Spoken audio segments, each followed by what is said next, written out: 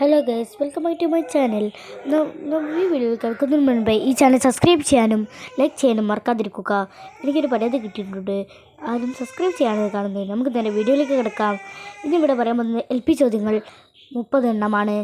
ഒന്നാമത്തെ ചോദ്യം: ഭൂമിയെ നീലഗ്രഹം എന്ന് വിളിക്കുന്നതിന് എന്തുകൊണ്ടാണ്? ഭൂമിയുടെ ഭൂരിഭാഗവും വെള്ളം മൂടിയതിനാൽ. സസ്യങ്ങൾ സ്വന്തമായി ഭക്ഷണം ഉണ്ടാക്കുന്ന പ്രക്രിയ ഏതാണ്?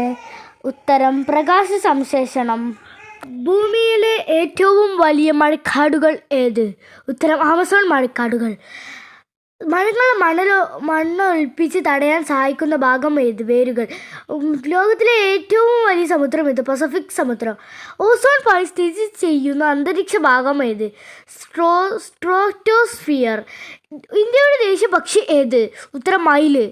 കേരളത്തിൻ്റെ സംസ്ഥാന പക്ഷി ഏത്? ഉത്തരം മഴമൊലിക്ക് വേലാമ്പൽ. പ്ലാസ്റ്റിക് മലിനീകരണം ഏറ്റവും കൂടുതൽ ബാധിക്കുന്ന ഏത് ജീവികളെ? കടൽ ജീവികളെ. അടുത്ത ചോദ്യം: ഭൂമിക്ക് പ്രകാശവും ചൂടും നൽകുന്ന നക്ഷത്രം ഏത്? സൂര്യൻ. ജൈവവളത്തിൻ്റെ ഒരു ഉദാഹരണം പറയുക. കമ്പോസ്റ്റ്.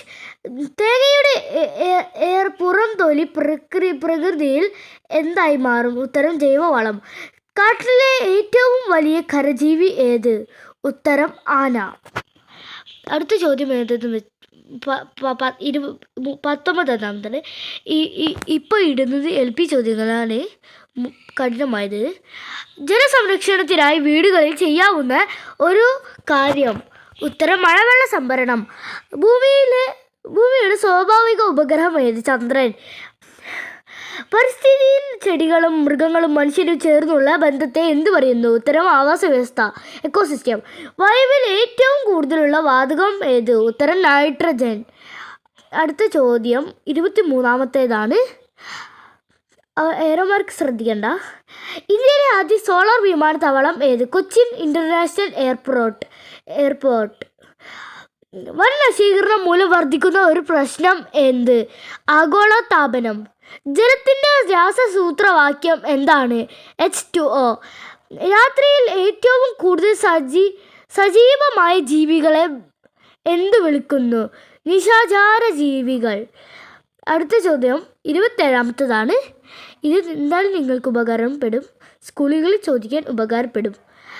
ഭൂമിയിൽ ഏറ്റവും വലിയ ജീവജാല സമ്പത്ത് കാണപ്പെടുന്നത് എവിടെയാണ്? ഉത്തരം മഴക്കാടുകളിൽ. കടലാമകൾ സാധാരണ മുട്ടയിടുന്നത് എവിടെയാണ്? കടൽ തീരത്ത്. ലോക പരിസ്ഥിതി ദിനത്തിൻ്റെ മുഖ്യ ലക്ഷ്യം എന്താണ്?